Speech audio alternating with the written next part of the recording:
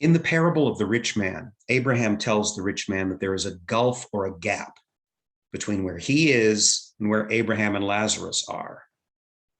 At every moment of our life, we're moving toward one or the other end of what will become, after we're dead, a gap or a gulf.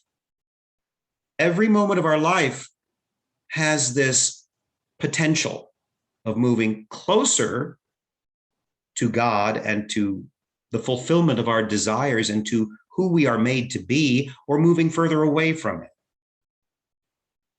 We don't reach that destination at every moment of our lives, but that potential is built into every moment of our lives, which is why John says in his epistle, if you say that you know him, if you say that you know God, but you sin and do not obey his commandments, you're a liar. So, I mean, how many people do we know like that, including us? But we don't seem to recognize that our actions have consequences. One of the things I did late last night was I was on YouTube. I was watching these interviews with this guy, Artie Lang, who's a comedian and has been addicted to every drug you can imagine, including heroin. And he talks about the incredible consequences of his addictions. I once had a teenage girl tell me that she was having sex with her boyfriend. And I said, what do you think would happen if you got pregnant now? And she said, oh, my mom would kill me. I said, no, you'd have a baby you'd have to raise. The guy you're sleeping with would be part of your life forever. And she knew she wasn't going to marry this guy. Why do we not recognize the consequences of our behavior? And so we get to David. So David prays for his baby, the baby that, of course, results from his adulterous relationship with Bathsheba. And finally, the baby dies because this is what God has told Nathan would happen, and Nathan has told David. Then his servant said to him, what is this thing that you have done? You fasted and wept for the child while he was alive, but when the child died, you arose and ate food. Most fasting and mourning would happen after the death, not before. David said, while the child was still alive, I fasted and wept, for I said, who knows whether the Lord will be gracious to me that the child may live, but now he is dead. Why should I fast? Can I bring him back again? I shall go to him, but he will not return to me. I will die and go to the land of the dead and join my son, but my son will not come back to me. Now, of course, we also have the very end of the parable when the rich man is begging to send Lazarus back from the dead. But Abraham says unto him, if they hear not Moses and the prophets, neither will they be persuaded, though one rose from the dead. Even resurrection doesn't do it, because we remain stuck in this attitude where we do what we want to do and we don't think about what it means. And remember, Nathan says to David, your sins have been forgiven, but the child's going to die. You won't die. There will be turmoil in your own family from this point forward. That's one of the consequences that was predicted earlier. And now this baby's going to die. That's the consequence of your sin.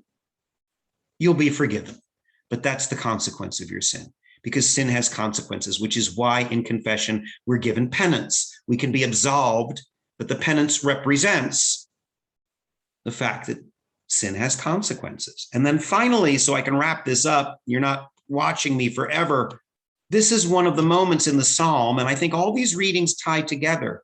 But if we look at Psalm 106, we find out one of the reasons that God inflicts upon his people these consequences, the consequences that are about to descend upon the Jewish people that Jeremiah is warning them about. Here in the Psalm, God says, and they served their idols, which were a snare unto them. Yea, they sacrificed their sons and their daughters unto devils, and shed innocent blood, even the blood of their sons and of their daughters, whom they sacrificed unto the idols of Canaan, and the land was polluted with blood. Not only do the Gentiles, the heathen, the pagans who live in the promised land do this child sacrifice, but the Jews themselves do it. And then we have the death of David's son. In a sense, that represents how we're so selfish. We don't care about our kids. We don't care about the future. We don't really even care about truth. We super Catholics talk about truth. We don't care about truth. We'll rally behind whatever politician we support, and despite the lies that we know he's telling. And we'll rally behind him all the same because we want power. And we don't care about what might happen in the future. We don't care about the next generation and building a better land for them. We're selfish. That's what all of these readings are about. And that's what Jeremiah keeps shouting to these people. We will be invaded by a force from the north because God is angry at us, because among other things, we've been killing our own babies, which of course we do today. But not just people who commit abortion, anyone who doesn't care about that ultimate gulf or gap between goodness and selfishness. Because as St. Augustine says, there is the city of God and there's the earthly city. They're intermingled in this life. But there are those who operate from love of God and those who operate from love of self. And ultimately, these two loves lead to the two cities, the city of God, joy and happiness and fulfillment, the earthly city, which is contention, sins of the flesh, arguing, and the kind of pain and torment that the rich man endures in the parable. So anyway, I'm going to give you a little extra assignment for those of you who have watched this far into the video. And that is, how else do you think these readings fit together today? I've given you some suggestions. Is there a theme, even though they're picked at random? We're working our way through the scriptures at random. Is there nonetheless a theme that ties these readings together? That's your question. Answer that in your submission, and then we'll do more tomorrow.